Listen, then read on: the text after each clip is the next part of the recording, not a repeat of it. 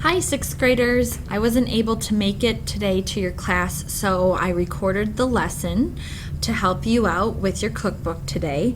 Before we get started, we're going to focus on layout and background today, but I want to just tell you, we went through last week and realized we had to change some pages around. So what we're going to ask you to do at the beginning of class is to go into Miss Powell's email and find the email that she sent you last week called Cookbook List of Sixth Graders, just how I have highlighted here. And you're going to remake a copy of this and put it in your Dropbox and delete the spreadsheet we created last week in your Dropbox, because you might notice some of your page numbers have changed. And even if they've changed, that's not going to affect anything because we really haven't worked on any pages. We just worked with photos last week, and so that's not going to affect you in any way if your page numbers have changed.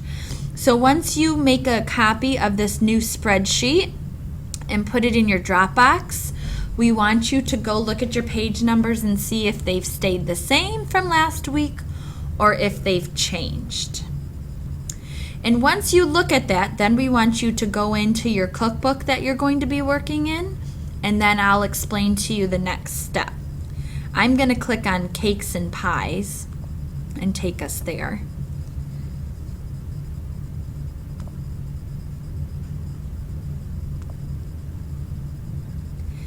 All right, here we are with Cakes and Pies. And let's say I am a student that got assigned pages 4 and 5. Remember, you can scroll through your pages by looking down here at the bottom.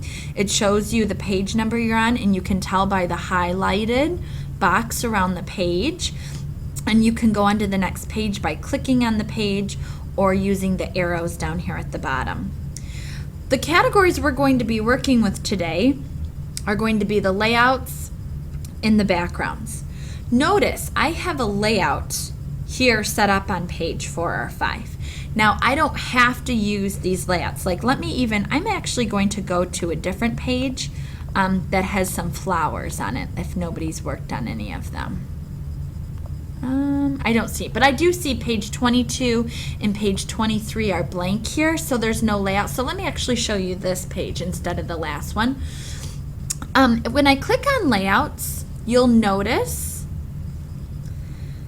that here at the top I have what's called a theme page, and what the theme pages are is they are layout pages that the book company has created and designed, and if you like any of the theme pages, you can use them in your book. So let's say I like this layout right here and I want to use that for my pages. I can click on that and it's just going to bring in that template. Notice it doesn't bring in the pictures. You're going to be using your own pictures that we uploaded last week to put into these pages. All right. Now, another layout format that they've set up, let's say you don't like any of the themed pages and the themed layouts they have here. If you scroll down further, it shows you just only a text layout. Now, you probably won't be using the only text layout because you do need to insert your pictures, but for the title, for the context page, after the title page where we're going to have everybody's recipes, we'll be using a text layout page. But if you keep scrolling down here too, you have a 1 photo, you have 2 photo layouts, you have 3 photo layouts, and you have 4 photo layouts. So notice that the layout, the number of the pictures you insert in, it gets greater. So let's say instead of, I'll use one of the layout designs on my page 22, but let's look at page 23. I'm going to use a 2 photo layout. I'm going to use some with photos and then actually inserting some words here as well. Notice with my 2 photo layout that I chose, it doesn't give me a background. Okay, and so when you choose one of just the only photo layout pages, you're going to have to pick a background. Where when you choose a themed layout, like up at the top, it already gives you background. But if you have this background and you don't like it, with the theme layout, you can always change it as well. So you don't have to stick with the exact theme that they've given you if you choose a theme page, if that makes sense. So if I want to change the background, let's say I chose my 2-photo layout with my text, you can always move, even though you've selected that certain layout, you still can move the text around or the photos around, and you can change the size of it as well. I'm trying to click on it here. It's a little hard with my tablet, but notice you can change the size of your photos, and you can even move the position of where. So whatever layout you choose doesn't have to be, you can always change things later if you decide you want to do that. So just something to mention about the layouts. But let me go here at the top with backgrounds. Now, when I choose backgrounds, the way they set it up is project backgrounds. These are the backgrounds that are being used in the book right now that students have selected. You're welcome to use one of the project backgrounds students have already selected, but then they have what's called themed backgrounds, and the theme backgrounds coordinate the color scheme and theme of the book that you are creating. So if I like this background, and notice my highlighted bar is here on page 23, if I click here, then that background is going to go in for my page 23, okay?